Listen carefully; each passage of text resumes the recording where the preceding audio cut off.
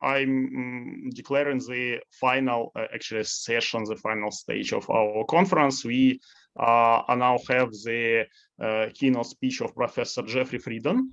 For me, it's a great honor to have Professor Friden here. Professor Jeffery Friden is a professor of government at Harvard University. He is also chair of the Department of Government there. He got his PhD at Columbia University, and he is a specialist in politics of international economic relations. He is an author of several very important books, including the book of under the title Currency Politics, the Political Economy of Exchange Rate Policy. He is also an author of the great book Global Capitalism, Its Fall and Rise in the 20th Century. I think it's one of the most comprehensive histories of global capitalism of the 20th century. And also Professor Friden is a co-author and co-editor of over a dozen of other books, numerous articles which gain huge interest of both specialists, practitioners, and general public. For me, again, it's a great pleasure to have Professor Friden here, and so I'm ready to give the floor to him. Professor Fridен, please, the floor is yours. Большое спасибо, Игорь Алексеевич. Добрый день, добрый вечер для вас. I'm going to share my screen. I'm going to switch to English. My Russian is very rusty. But I'm going to share my screen now, and let's make sure that everything works as planned. Oh, and it doesn't. Of course, something has to go wrong. Here we go. Okay, can you see the slide now? And yes, we do. Okay, great. So I'm going to talk about the backlash against globalization, which I think is something that to some extent has been perhaps overshadowed by the pandemic that we've been dealing with for the last couple of years, and that unfortunately I think we'll probably be dealing with for the next couple of years as well. But I don't think that the backlash against globalization or the rise of populism or whatever you would like to call it is something that's going to go away. And we can talk about this. I want to leave plenty of time for discussion after the presentation, because I think this is something that will be with us for the foreseeable future as we think about the pattern of economic and political integration in the world coming out of the pandemic. So this is work with, as you can see, Lawrence Brose and Stephen Weymouth, and continuing work on issues that have to do with global economic integration, and in particular, the political response to it. Because I might not get to everything, let me try to summarize what I'm going to talk about as we go on. First, I should say I'm going to focus primarily on the American experience, although I'll say a few things about the European experience as well, and in discussion we can talk about comparisons with other countries. So, but because most of our work so far empirically and theoretically has been in the United States, I'm going to focus on that. So, main points summarized. The first is that this backlash against globalization is not something that arose, just in the last 10 years. It has long-standing sources and trends that have been going on in our economies for a very long time, for decades and decades, especially trends that have to do with the decline of traditional manufacturing, traditional basic industry in the United States and Europe as well. So it's a long-standing trend. The second is that the best way of thinking about these trends, the best way of thinking about how the factors that I'm going to be talking about are translated into the social and political realm is to think about how they affect communities rather than individuals. These are community trends. These are trends that affect entire communities in regions around the country and around the world. And they affect communities in ways that, as I say here, can lead to a downward spiral, that is, can lead to long-term decline that communities find very difficult to get out of. So communities find themselves in difficult circumstances with very difficult escape, which is one of the reasons why we have the recourse to what somewhat might regard as somewhat desperate measures in an attempt to try to respond to the problems that these communities face. And finally, not surprisingly, that the long-term trends that I'm talking about were catalyzed by the global financial crisis that began in 2008, and also affected, I should say, by the pandemic that we've been living through. And we can talk about the interaction of those two. So first, let me emphasize that I'm talking here about the aspect of the populist upsurge, and understanding that we use the term populism despite the fact that no one can really define it in any completely satisfactory way. But the term populism has many, many component parts, but I'm going to focus on the way in which it emphasizes the hostility towards international economic and political integration, right? So there are many different forms of populism, but one thing that ties almost all of them together is a skepticism about different forms of integration. In the US, it has taken a fairly explicit hostility to globalization into account. In Europe, it's mostly hostility towards or skepticism about European political and economic integration. In the developing world, similarly. So the constant is, again, skepticism about forms of economic and political integration. So we have now literally hundreds of studies. When I started working on this years ago, I had a folder with a few papers in it. Now it has over 300 papers studying the relationship between economic trends and the rise of populism. And study after study finds very strong relations. For example, there are studies that find a direct relationship between the rise of imports from China and votes for more right-wing nationalist populist parties in Western Europe. In France, votes for the National Front, now the National Assembly, that are associated again with imports from the emerging markets. In the UK, there are half a dozen studies that relate the rise of imports from China to increased votes for Brexit. In the US, we have study after study after study that find a whole series of trends, typically using the famous China shock instrument of Altor Dorn and Hansen to identify how that shock, that is the shock of a dramatic increase in imports from China, has led to political polarization in place after place, has led to more protectionist voting by the legislators that are affected by, whose districts are most affected by Chinese imports, and a dramatic increase in votes for Donald Trump over his Republican predecessor, again, in regions that are most heavily affected. One thing that's important to note is, and also just to say that we also have tended to find that although many of the populist movements around the world have expressed hostility to immigration, typically these studies find that the hostility to immigration is only present when the region in question is experiencing broader economic distress. Now, one thing I want to note, which is important to what I'm going to say for the remainder of the talk, is that all of these studies, which are very well identified, very clear-cut, reach really what I would say is quite clear conclusions that have not really been challenged. All of these studies are about regions. In other words, the unit of analysis is a congressional district or a county or a province or a state.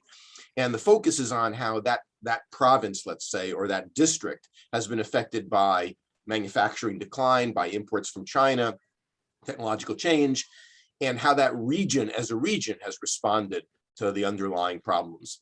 And the reason I mention that is that there's a whole separate category of literature, both in Europe, in the developing world, and in the US, that instead of focusing on economic trends, focuses on cultural, ethnic, status threat, as it's sometimes called, as the primary motivation for the rise in populism. And studies here, typically looking for a mechanism, often find relatively weak evidence about the direct impact of trade and economic trends on attitudes. And those studies, that's true in the US, where race and status and ethnicity are important. In Europe, where immigration or traditionalism and authoritarian personality traits are found to be important.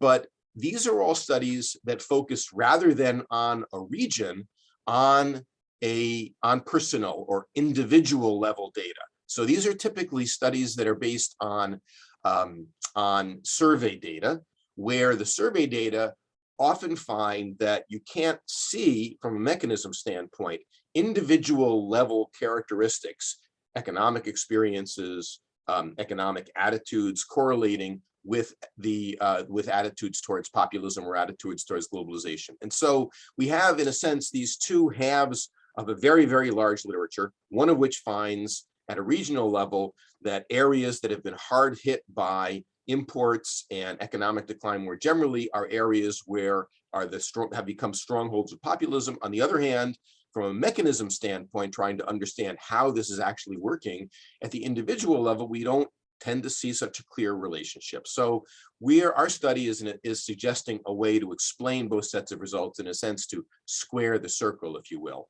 And I can say that I can't really see the chat given that my screen is occupied. So if there's something in the chat, I'd prefer perhaps that people just shout out any questions or comments that they might have. Or you may go on, and then there are some questions already in chat, but I will read them afterwards. Okay, that's fine. Yeah, I'm happy to be interrupted if you want to do that, or we can wait until afterwards.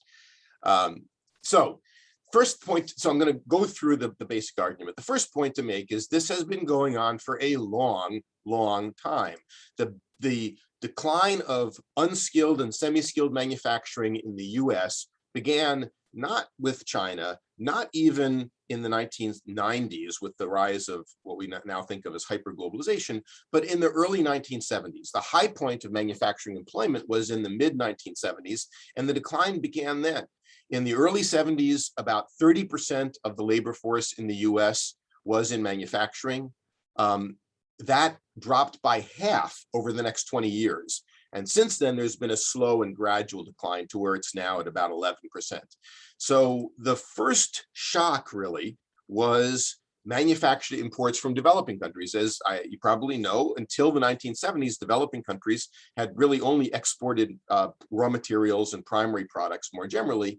And then you have a whole range of developing countries, the so-called NICs, as we called them back then when I was an undergraduate in the late 70s and early 80s, the newly industrializing countries, Korea, Taiwan, Singapore, Hong Kong, Brazil, Mexico, shooting up their exports to the developing world. And as you can see, a big increase, more than doubling in the space of 10 years.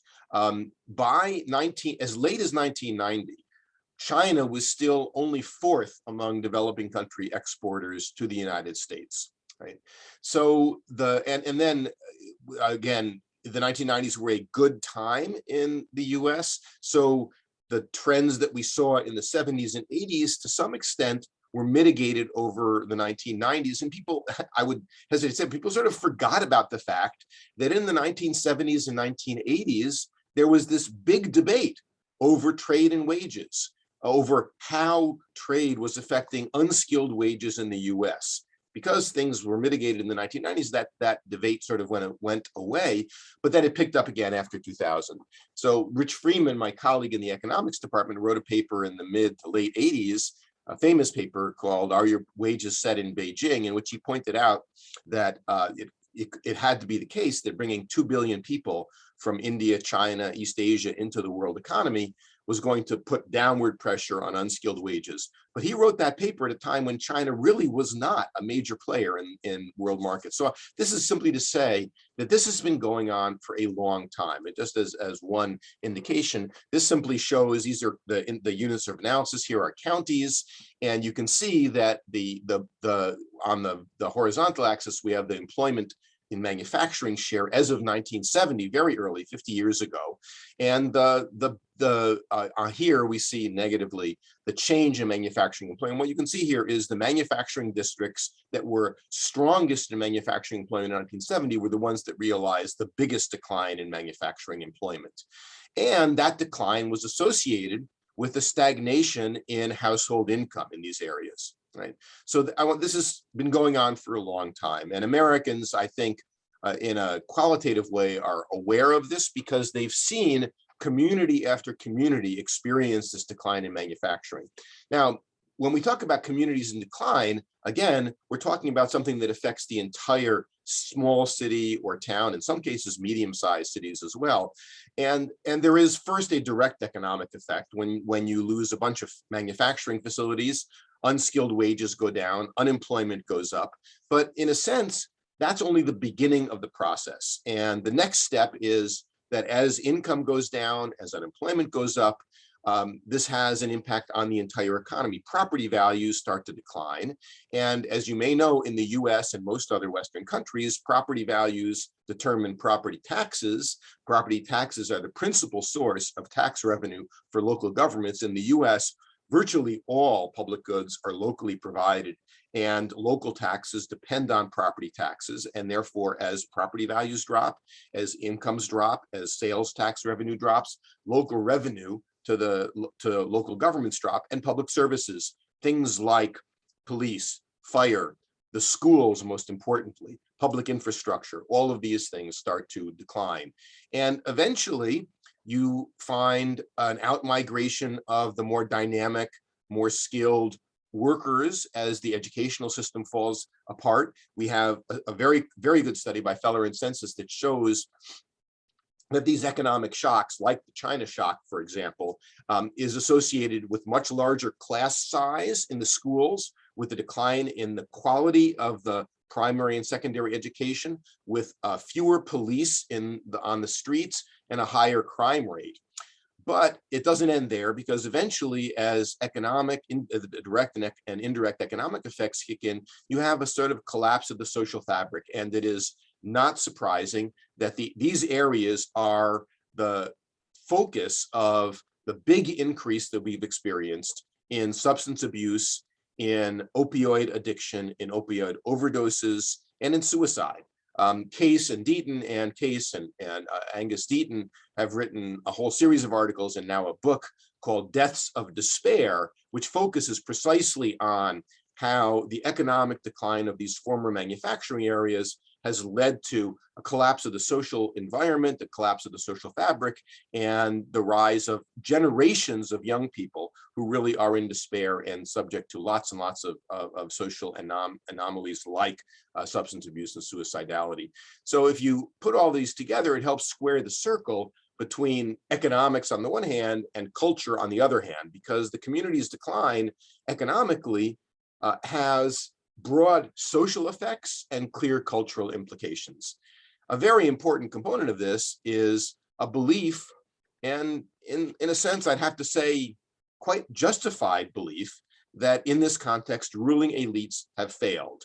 That as all this was happening, the word that was coming down from Washington, D.C. or London or Paris was, things are going well, our country is prosperous, we're moving into this high-tech era, the college premium has risen, there is prosperity right around the corner.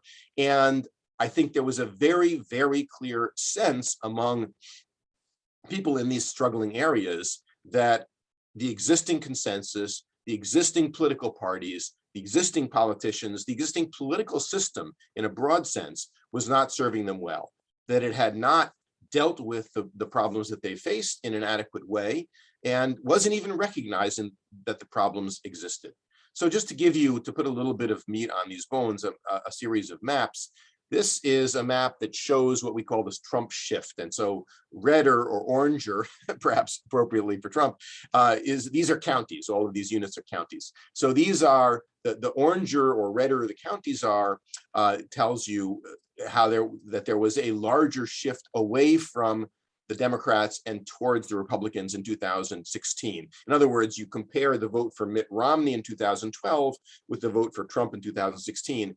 And as you can see, pretty much all of the action, if you can see my laser pointer here, pretty much all of the action is in this area. This area, as Americans will know, and many of you will know as well, is first up here is the so-called old industrial belt, the area around the Great Lakes. It starts at the Appalachians, the Western New York State, Pennsylvania, Ohio, Michigan, Wisconsin, all this area around the Great States. This is the heartland of traditional basic industry. And then this area here, which is what we typically call the Upper South, is the so-called new industrial belt. That is the area that began industrializing more in the 1940s and 50s with textiles, furniture, toys, things like that, now more recently auto.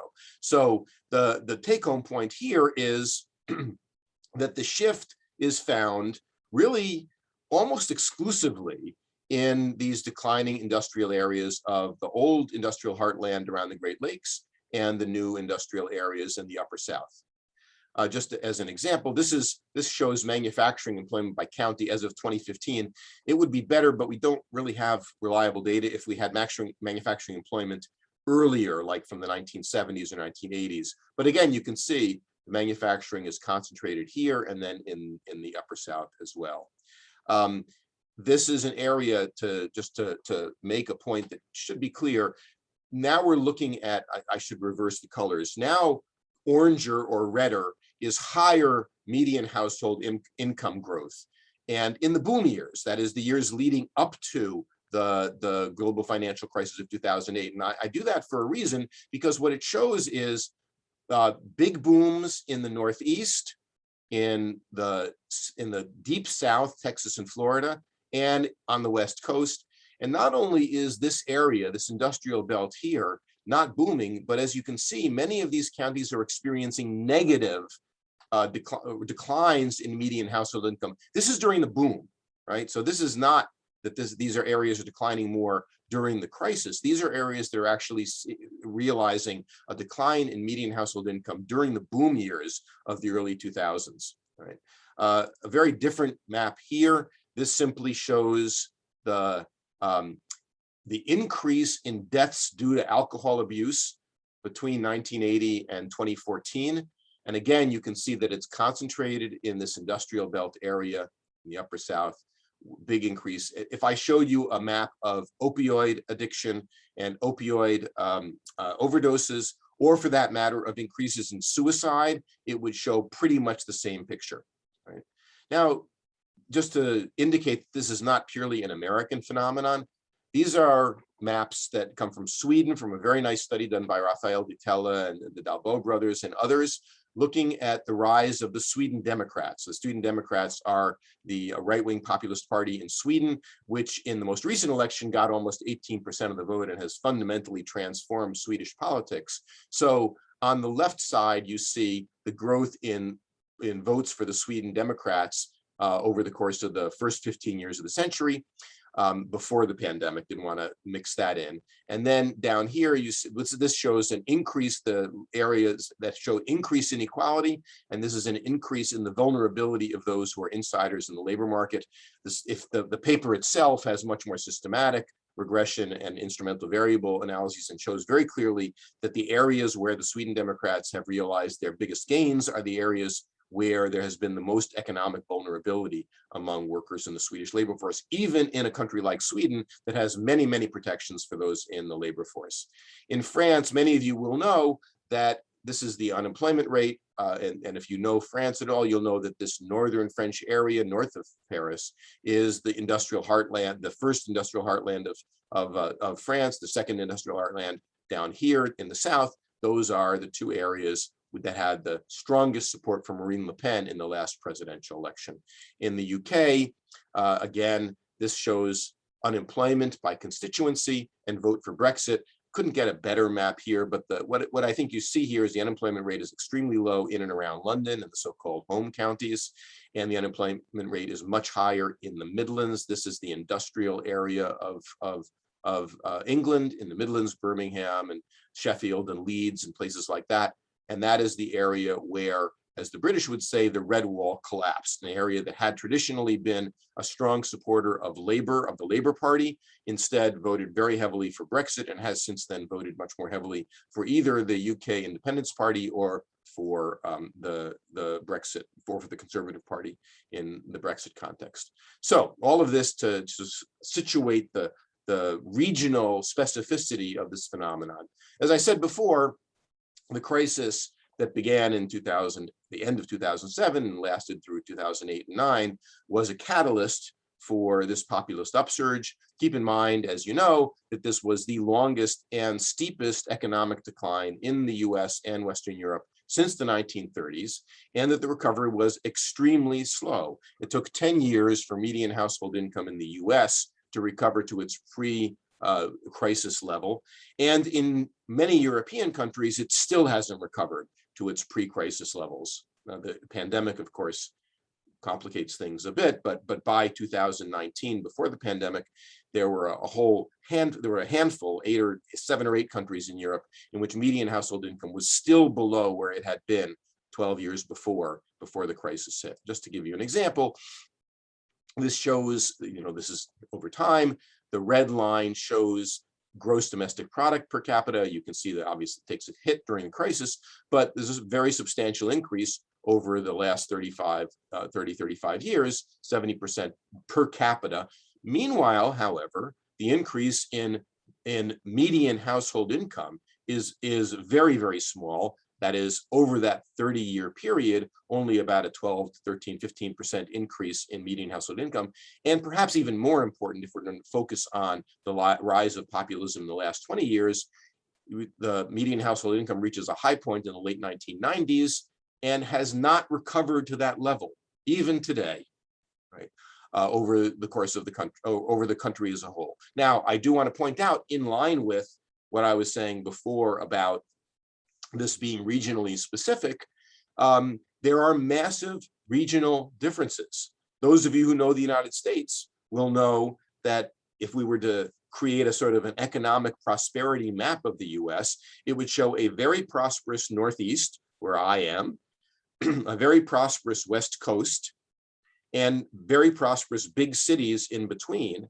And then median household income would have collapsed in small cities and towns, in all of the areas in between, and in the rural areas in between, with some exceptions. So there are big regional differences, but I just want to point out that if we're talking about the attitudes and the experience of the American middle class, median household income, you couldn't be more middle class than talking about median household income. And median household income is below where it was 20 years ago. Right. And that's not the pandemic. The pandemic actually has seen a recovery to some extent because of some of the recovery measures. But, and then even perhaps more striking is just looking at the peak right before the crisis and not recovering to that from the standpoint of the country as a whole. So very slow recovery. And as I said, even worse in the industrial belt. So this shows the poverty rate change during the crisis. So if you compare 2000, the poverty rate in 2000 and the poverty rate in the aftermath of the crisis, you can see there's a decline in the poverty rate in a lot of areas, but in this old industrial belt and this new industrial belt, the poverty rate is rising more than 30%. Right. So not only did income take a hit, but perhaps more importantly, we all know that from an economic standpoint, household wealth is from the standpoint of long-term family and even personal futures, wealth is more important than income. Median household wealth collapsed even more than median household income. And so this simply shows the work by Ed Wolf that demonstrates how in a very short period of time, that is in less than 10 years, you have about a 1/3 decline in median household wealth in real dollars. You might wonder why this is the case. And that is, there are two components of that. The first is that the typical middle-class American household holds much of its wealth in housing. So when the housing market collapsed in 2006, 7, 8, 9, the household wealth collapsed along with it. And although there has been a recovery in the housing market in the prosperous areas, the housing markets in these declining areas have not recovered. And in fact, in some cases have continued to decline. The other big decline was in the stock market immediately after that crisis. Most middle-class American households in the US hold retirement savings in stock. And during the crisis, the stock market crashed, and many of them actually had to cash out their retirement savings in order to overcome the 6 to 9 months of average unemployment that the average American middle-class household recognized in this period.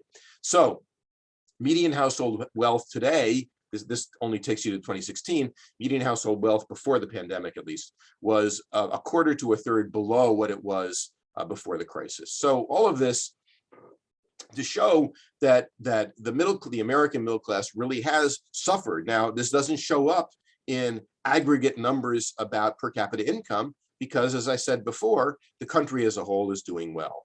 And regions are doing well. I said before about real median household income.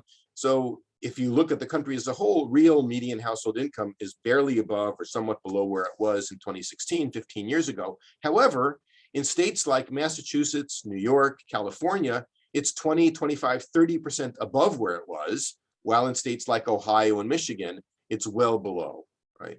Not only has median, that is middle class household income, declined in these declining areas while it's risen in the prosperous areas, social mobility has declined continually. You know, the American dream, of course, is that every middle class family can hope that the children will do better than the parents. That is not the case and has not been the case for 30 years in these declining areas. Regional social mobility has stayed more or less the same in the prosperous areas, but has collapsed in these declining areas. You might wonder why people don't move. And it goes back to things that I've talked about before. Most middle-class households in America have much of their asset base in housing. If your housing market has collapsed, to sell a home in a declining area and move to a prosperous area is practically unthinkable. Right? And there's, again, an excellent series of studies about why interregional mobility has declined so dramatically in the US. And the principal reason is the housing market. The prosperous areas have housing that is extremely expensive. The declining areas have very, very cheap and declining housing prices. So selling in one area and moving to another, selling in a declining area and moving to a prosperous area is virtually impossible for an unskilled or semi-skilled worker. There's a great motivating anecdote in Ganang and Shoai, one of the classic papers on this, which talks about how in the 1980s, if you had been an unskilled or semi-skilled worker in a poor region of the country, North Carolina, one of these new industrial areas in the South, you could, if you were an unskilled worker, you could move to Chicago and be better off. If you were a lawyer in that area, you could move to Chicago and be better off. Today, if you move to Chicago as an unskilled worker, you'd be 40% worse off, while if you were a lawyer, you would still be better off. So unskilled wages have not kept pace with the housing market in these prosperous areas, which makes it virtually impossible for unskilled workers to leave the declining areas, right?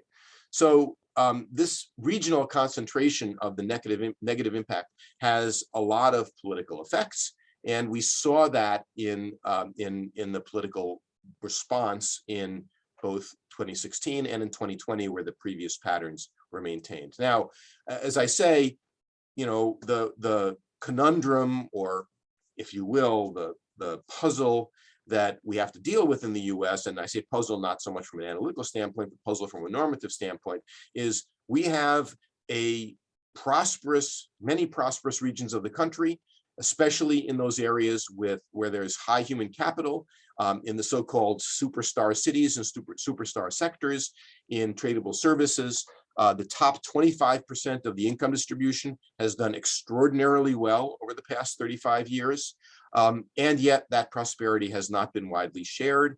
And the perception that that prosperity has not been widely shared, which is not only a perception, of course, is a reality, has fed into a lot of the real negative attitudes that many Americans, especially middle-class Americans in these declining regions, have developed towards not only the existing political parties, existing politicians, but towards the political system more generally. So to conclude, so I can get to some discussion, I think that these economic trends have been building for many, many decades. They're not new. They have been largely ignored by the centrist consensus of politicians in the US and Western Europe that has reigned since the 1970s. So not only have the trends been building for decades, but they've been ignored for decades. These trends have had a very powerful and very negative impact on communities, the communities that have been struggling in other areas. That negative impact was really given a fillip and strongly catalyzed by the crisis and the fact that it had such differential effects in different regions of the country. I think that both the long-term trends and the failed or inadequate response to the crisis has fed into a very widespread perception that economic and political elites in the US and Western Europe have failed. They failed to compensate those who have suffered from the policies of the past. They have failed also even to represent adequately and accurately the problems that those in declining regions of the country have faced. So the degree of the nature of the failure and the backlash, they vary among countries. In Europe, as I said before, it largely takes the form of skepticism about European integration, but I could show you quote after quote after quote from Europeans and North Americans that look very similar in their skepticism about economic and political integration. I could also, by the way, show you quote after quote in the American context from Donald Trump on the right and Bernie Sanders on the left that evince very, very similar skepticism about international trade, international investment, international finance. So the skepticism about globalization in the US is not just that of the Donald Trump right in the Republican Party, it is also very common among the Bernie Sanders left in the Democratic Party. So the populists of both sides, left and right, share this increased skepticism. All of this, I think, is extraordinarily important politically, but I'm an academic, so I also say it's extraordinarily interesting because for the first time, really in the post-war period, we have a very direct challenge to the mainstream of thought in American and European economic and political integration. And I'll just end by pointing out to you that we had in 2016 something that was absolutely unprecedented in the last 75 years. For the first time in 75 years, we had a presidential candidates for both political parties, Donald Trump and Bernie Sanders, that ran on platforms that were explicitly hostile to international trade, international investment, international finance, in the case of Donald Trump to immigration as well. Of course, one of those candidates won the nomination of his party and won the presidency, and in office enacted policies that were diametrically opposed to the mainstream of American economic and political integration over the last 75 years. So I really think that 2016 was a watershed in the US. It was a watershed more broadly because of Brexit, and I think is a harbinger of the fact that these populist sentiments, these populist movements, these populist political parties, movements, and politicians are not going to go away. I think that they are going to be not only a common, but an enduring characteristic of politics in our countries going forward. We don't fully understand them. And so, like all good talks, I will end by saying what we need is lots more research. So let me stop there and open it up to discussion and stop sharing my screen. And we can explore some of these issues. Yeah, thank you, Professor Fridен, for this very thought-provoking presentation and very comprehensive. So we have now time for questions. Please, colleagues, you may write down your questions in chat, or you may just raise your Zoom hands and take the floor. So we have a question of Marek Dombrovski. Let's start with it. So I also see one in the chat, which I'm happy to address, but go ahead, Marek can start, and I'll go back. We can go back. Let's start with Marek, and then I will read the question in chat, or you just read it. Sure. Yeah, Marek, Thank you very much for very interesting and comprehensive presentation. But to make my intervention short, I must say that I am a bit disappointed that you limit your analysis to the purely economic factors. I don't want to downplay the role of economic factors, but also among economic factors, international trade and deindustrialization is a bit different problem than, for example, income inequalities within a given country or within a region. Migration is definitely a different problem because we don't have neither in the United States nor in Europe too much Chinese migration or Asian migration. We have migration from different destination. I think that we cannot, again, understanding and accepting the economic factors plays a role. I think that we cannot limit to economic factors. You mentioned en passant the problem of cultural, but I would say that economic and cultural roots of populism, they existed always. But the question is why they became so important in the last 10 years or the last couple of years. And when you look, I think that we must also include to this analysis some other factors, especially I would say some side effects of the ICT revolution, which brought a lot of progress, a lot of good things. I cannot imagine, for example, working globally without now ICT tools.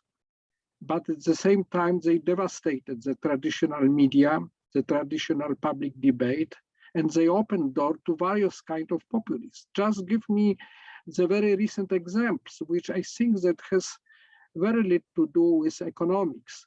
I mean, a strength of anti-vaccination, vaccination movement, practically everywhere, not only in the United States, in Europe, in Russia, in Africa, in Asia. How you explain this referring to economic factors, to the industrialization or income inequalities or similar problems? I think that they can be, we must look really in the new ways of communication, how it could happen that some crazy anti-scientific irrational theories got support of not few percent of people, but several tens% of people, almost everywhere. So this is my comment. Thank you very much. And perhaps one more remark, that as European, I would say that in Europe, the globalization, trade globalization, investment globalization, and deindustrialization, in my perception, doesn't play so big role in strengthening, but migration plays, I would say, prominent role. If you look for history of, especially Western Europe, of all this populist parties of various colors, they all practically fit themselves on anti-immigration feelings. Thank you very much. So I in a way, I started by trying to say that what we're trying to do here is not argue that the economic sources are the sole source of populism, but to try to figure out a way to think of the economic sources and the non-economic sources and to understand the mechanism by which they work together. And so, if I were, my suggestion would be to think about the fact that so much of the response, whether you want to think of the origin as cultural or economic, is very regionally specific. And I'm going to give you an example in a bit. And so the point that I'm trying to make is not that economics explains everything. I mean, I know there are people who believe that. I believe that in some instances. I certainly don't believe that when we talk about the rise of populism. There are very clear cultural, in the American context, racial, ethnic, and other factors that work. But what I would suggest is we want to think about how these economic forces that have been going on for a long time and which are very powerful and have really affected people's lives interact with the cultural factors, right? So it is striking, for example, that you mentioned immigration, that in the American, we have quite good studies of the US. In the American context, the hostility to immigration is found not throughout, and not even throughout people who would associate themselves with Donald Trump or with populism.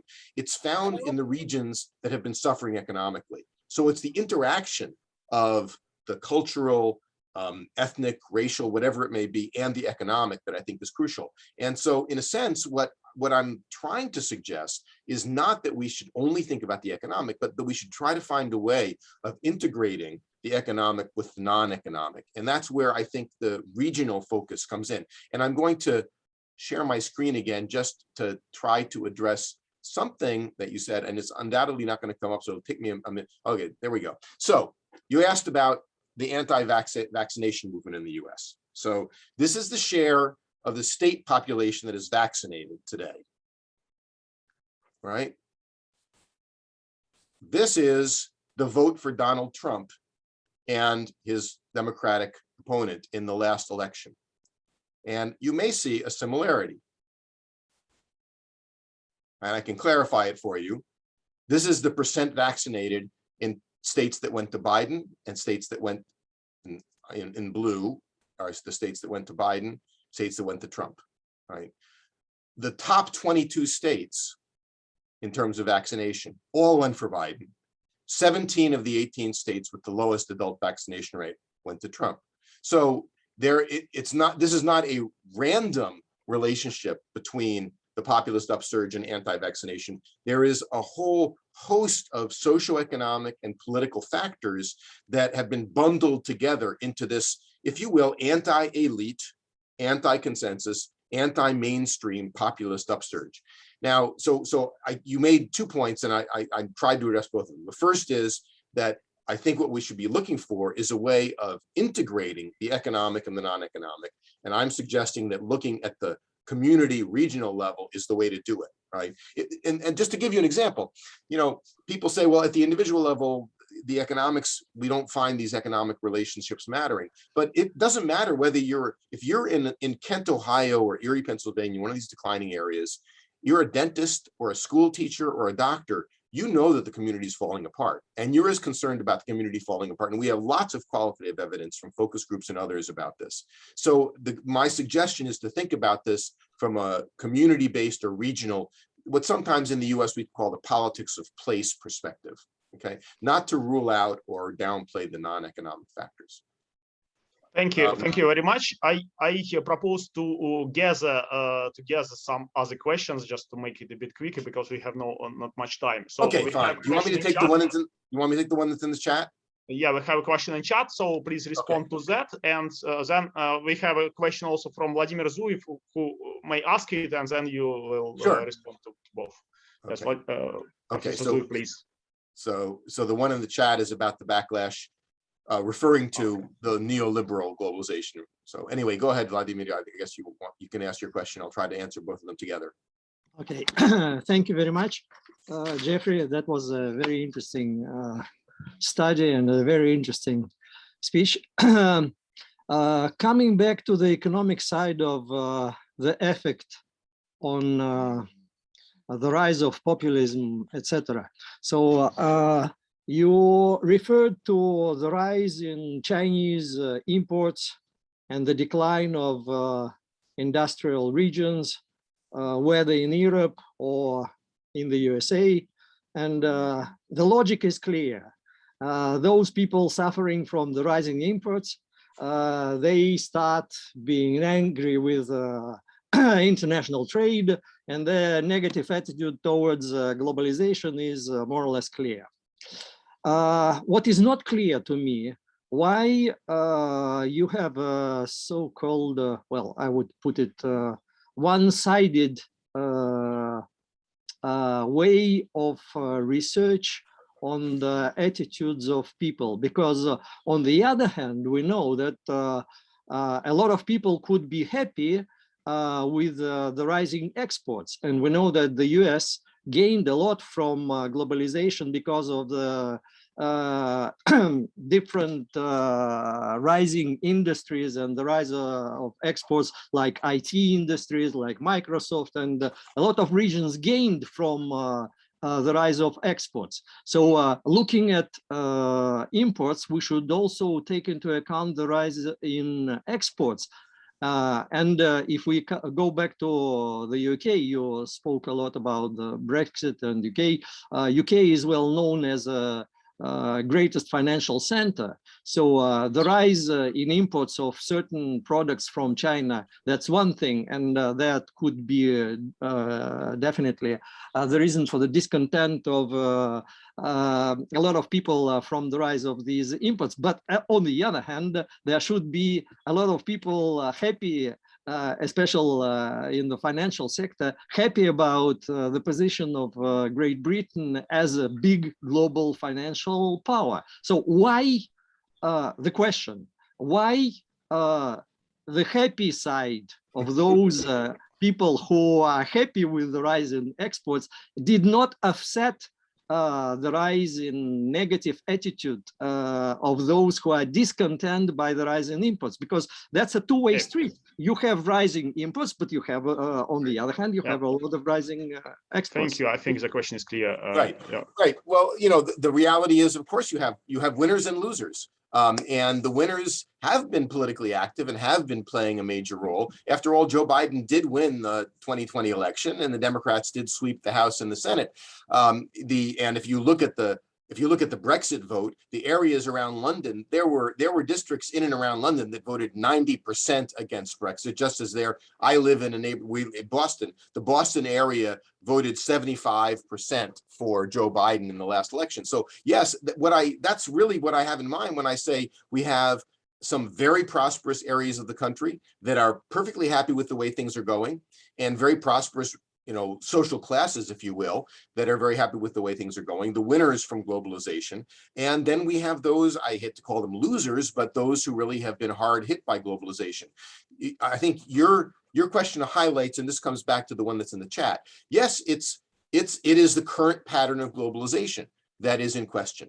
And I think what we can say is the current pattern of globalization that has prevailed over the last however long you want to peg it for, but let's say the last 30 years, certainly since the 1990s, the current pattern of globalization has been extraordinarily positive for many segments of the labor market and of the workforce in the United States and Western Europe. I mean, after all, the college premium, you know, that is the premium to those who have a college education, has risen continually, both in the US and in most European countries over the last 30 years.